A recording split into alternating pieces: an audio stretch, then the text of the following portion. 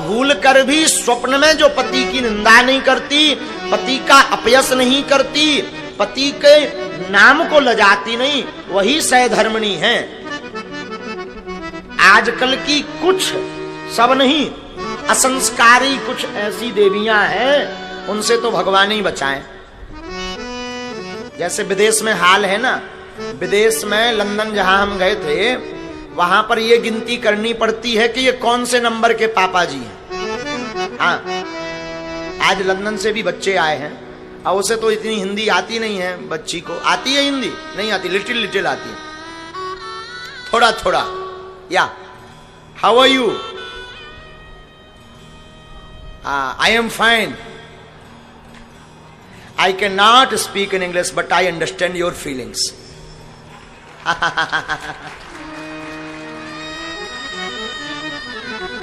तो विदेशों में एक ध्यान करना पड़ता है। पूछो क्या?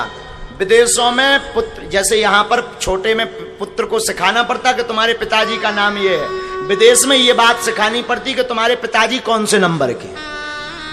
हाँ, सच कह रहे हैं, सच बता रहे हैं, हमने तो आंखों से देखा। 2-3 छोड़ चुकी, चौथी की तैयारी चल रही। ऐसे हैं विदेश में, ऐसी कई अर्जी आई, अनेक अर्जी आई।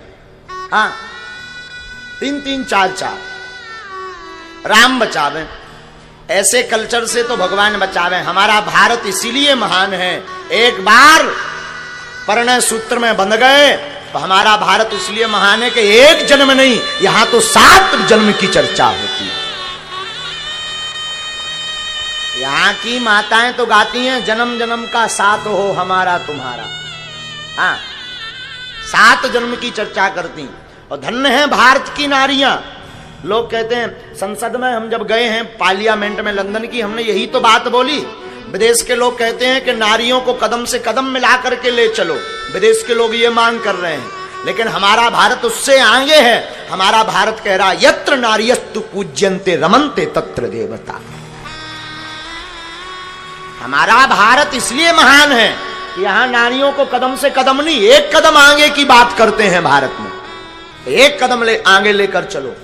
और एक कदम आगे की बात आज नहीं, आदिकाल से। राम जी हैं तो राम जी के आगे अगर कोई कहता तो सीताराम, जानकी जी आगे, भगवान पीछे, राधे श्याम, राधाजू आगे, ठाकुर जी पीछे। नमः पार्वती पतये हर हर, पार्वती माता आगे, भोले बाबा, लक्ष्मी नारायण, लक्ष्मी जी, नारायण जी। इसलिए हमारा भारत महान है, यहां की शोभा इसलिए इतनी सुंदर है। तो श्री जयदेव जी अपनी होने वाली पत्नी पद्मावती जी के इस भाव को देखकर बड़े प्रसन्न भये। धन्य है। देखो, पति केवल पत्नियों का धर्म नहीं है, पतियों का भी धर्म है। आजकल के कुछ मुछमुंडा आगे के लिए नक्कटा पति भी विचित्र भय। हाँ, हम सच कह रहे हैं। बुरा लगे तो भगवान क्षमा मत करना, तुम हमें बाहर में गया, तुम हमारी कथा मत सुनना। आजकल ऐसा कल्चर चल गया कि ईश्वर बचावे, एक से तो ब्याह कर लो, दूसरी गुप्त में धरे। हाँ हाँ, गुप्त में धरे सो तो ठीक है। आजकल ब्याह की कोनो टेंशन नहीं है। जो मूवी आल इतना खतरनाक चल गया कि 2-2 व्हाट्सएप में पहले ही आओ। एक घरवारी है, एक बाहरवारी है। हम यही निवेदन करेंगे, जो पुरुष एक स्त्री को ही जीवन में स्थान देता है, एक स्त्री का ही साथ पकड़ता है, हमने एक जगह ऐसा पढ़ा है कि वो पुरुष ब्रह्मचर्य की श्रेणी में आता है, ब्रह्मचारी की दृष्टि में आता है। हाँ हाँ, जो एक ही पत्नी के साथ पूरा जीवन व्यतीत करता और पर स्त्री को देखता तक नहीं कुदृष्टि से, वो पुरुष ब्रह्मचारी की सम अवस्था में आता है। तो केवल स्त्रियों का धर्म नहीं, पुरुषों का भी धर्म है। श्री जयदेव जी ने विवाह किया, एक झोपड़ी बनाकर रहने लगे। झोपड़ी में रहने लगे तो आप और आपकी धर्मपत्नी भगवान के गीत गाने लगी। बुरा ना मानना पागलो, विवाह भोग के लिए नहीं होता, शादी प्रेम भोग के लिए नहीं है, शादी और प्रेम परमात्मा के योग के लिए है, हा? भोग के लिए नहीं।